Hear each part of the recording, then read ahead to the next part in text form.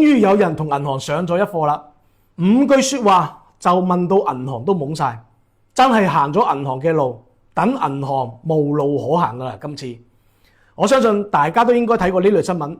如果子女或者配偶想去銀行攞過世親人嘅存款，個難度簡直好似登天咁啊！硬係要你證明你老豆係你老豆，就算你攞住戶口簿去，佢哋都唔認嘅，甚至會叫你提供 DNA 報告。但係如果過世嘅親人仲有貸款未還清，銀行就會一定要求繼承人代佢還錢。呢個時候佢哋就會特別主動嘅，甚至仲願意上門幫你辦手續。不過最近有一位張生就實實在在咁樣同銀行上咗一課啦。究竟係點回事呢？張生個爸爸過身之後，銀行要求張生代佢爸爸還生前欠落嘅30萬貸款，仲理直氣壯咁樣話呢個係你嘅法定義務，因為你係佢財產嘅繼承人。阿張生冇當場拒絕，亦都冇反駁，只係話欠債還錢呢，天經地義。銀行聽到呢度覺得呢個張生識大體，點知都未開心完，聽到接落嚟張先生嘅說話，令到銀行終於知道咩叫山外有山，人外有人。阿張生平心靜氣，好有禮貌咁講：你哋要我還錢冇問題，但係你哋銀行要開出5個證明，少1個都唔得㗎。唔係嘅話，我就真係愛莫能助啦。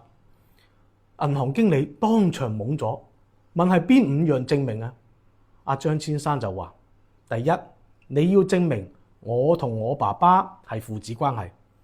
銀行經理一面無奈咁講：呢個唔係明擺嘅事實咩？點解仲要證明呢？張生就話：憑感覺嘅嘢冇用㗎，要有實質性嘅證據，比如我同我爸爸嘅 DNA 對比嘅報告啦。銀行就即刻急啦。你爸爸已經過咗身咯，點證明啊？阿張生就話：點去證明係你哋嘅事，我理唔到㗎。第二，你要證明我係我爸爸唯一嘅子女，包括婚生嘅同非婚生嘅，因為所有子女都有代償責任同義務嘅。銀行嘅經理個腦嗡一聲都未轉過嚟啊！阿張生又繼續講啦。第三，你要證明其他繼承人已經過咗身或者冇繼承資格。唔係嘅話，我呢頭幫佢還完貸款，佢嗰頭又走過嚟同我爭遺產，點算啊？銀行呢邊啱啱諗到咩想去辯解，話到嘴邊都未講啊，馬上俾阿張生又打斷啦。第四，你要證明我爸爸呢30萬貸款係用喺我屋企嘅日常開支或者係養我嘅。如果佢借錢係攞咗去賭博嘅話，我肯定唔可以幫佢還㗎。仲有最後第5，你要證明我繼承嘅遺產價值高過30萬。如果我淨係繼承咗2萬，你叫我還30萬，就根本冇法律依據啦。以上就係我嘅全部要求，缺一不可。如果銀行出唔到呢啲證明，我就有權拒絕代還呢筆貸款。聽完阿張生嘅要求，銀行當場傻咗眼。以前成日叫客戶證明你老豆係你老豆，而家輪到喺自己身上㗎啦。